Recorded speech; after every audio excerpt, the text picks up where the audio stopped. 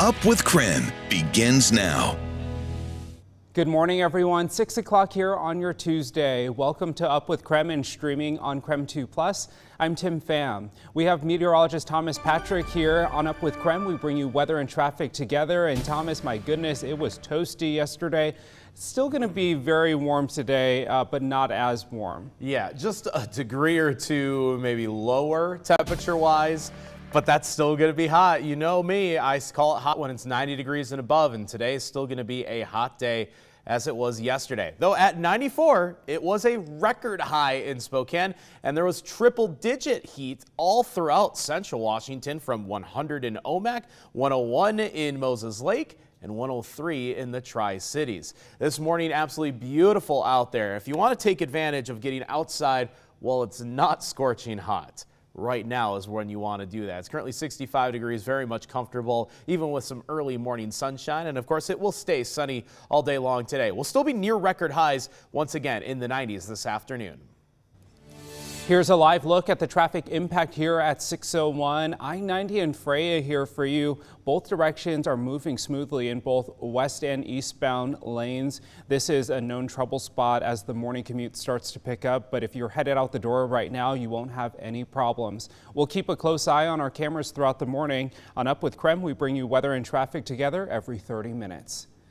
This morning, we're helping you get around a construction project in northwest Spokane. Northbound Assembly Street between Rowan Avenue and Francis Avenue will be closing today. Here's a map the city put out, and this is all for work on the city's water system. This is right around the Dwight Merkel Sports Complex just north of that. Southbound lanes will be open, and there will be detours in place for the northbound lanes. The construction is set to last until Friday, so you'll have to deal with this for the next several days. And if you use Assembly Street, make sure to plan just a few extra minutes for traffic.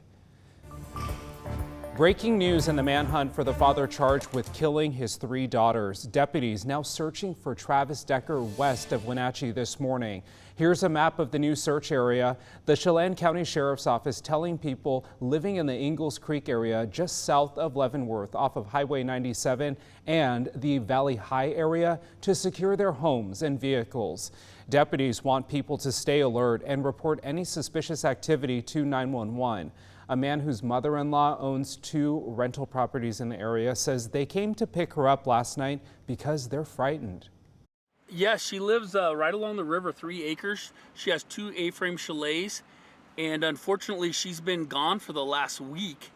And it's worrisome to us. We live in East Wenatchee, so we have to come get her like ASAP because no one's been at the cabins for the last week, and this is a perfect, we got this alert that Valley High is, the suspect is on the loose here.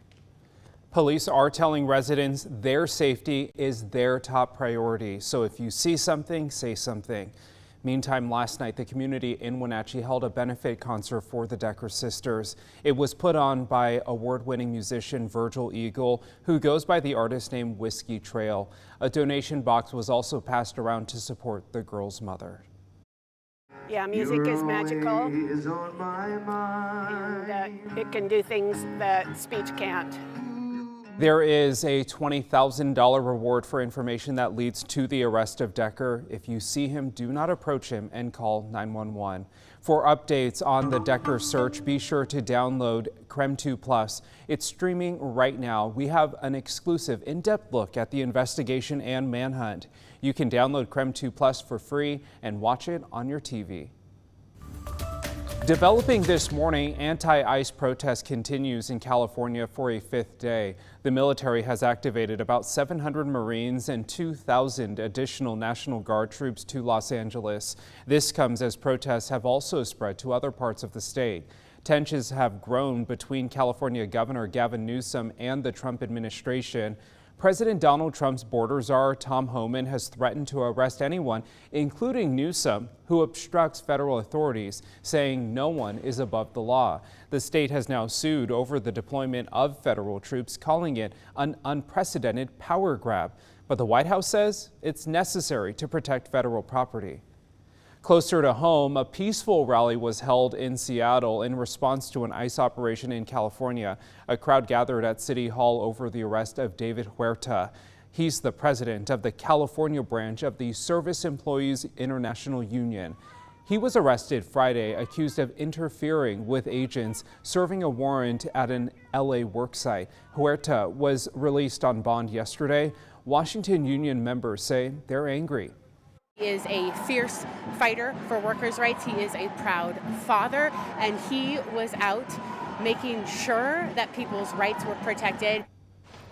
Washington GOP Chairman Jim Walsh supports the renewed push to enforce immigration laws and calls the violence towards police in California unacceptable.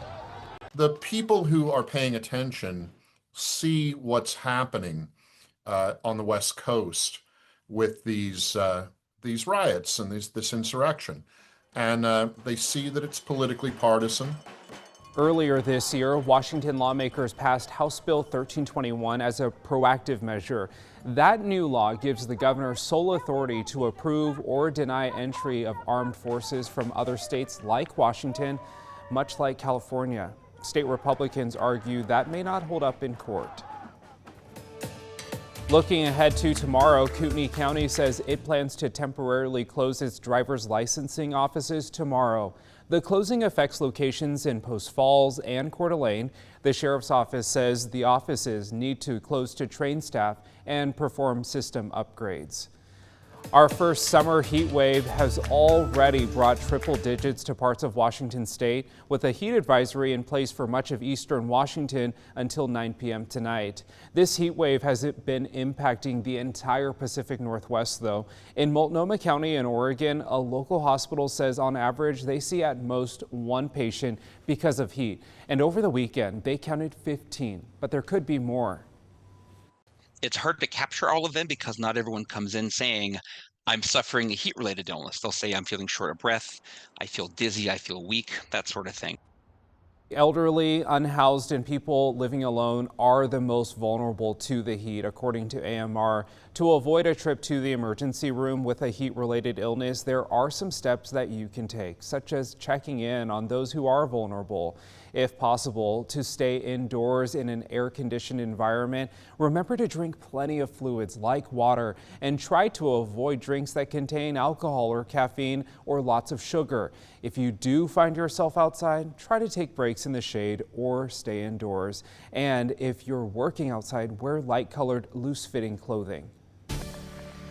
Yeah, today's another one of those days where if I didn't have to work in the morning, I would probably be on my jog or exercising right now, trying to take advantage of temperatures in the 60s currently before it gets much hotter in the afternoon. It's quite a bit more uncomfortable to try to do that at 1 in the afternoon. Heat advisories again in effect today until 9 p.m. with those extreme heat warnings for the central part of the state as well. Temperatures pretty similar to yesterday. I think we'll see a few fewer 100-degree temperature readings in central Washington, but should be in the 90s throughout the inland Northwest.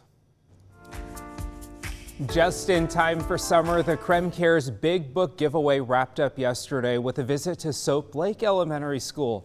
KREM 2's Laura Papetti traveled to Grant County to hand out more than 300 books to students who just got out for summer vacation. Well, first we say a big thank you to the folks here at Soap Lake Elementary School for hosting the KREM Cares Big Book giveaway.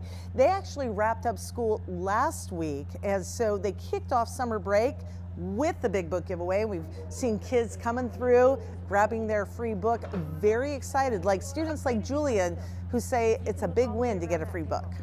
Having a book for a summer is like buried treasure.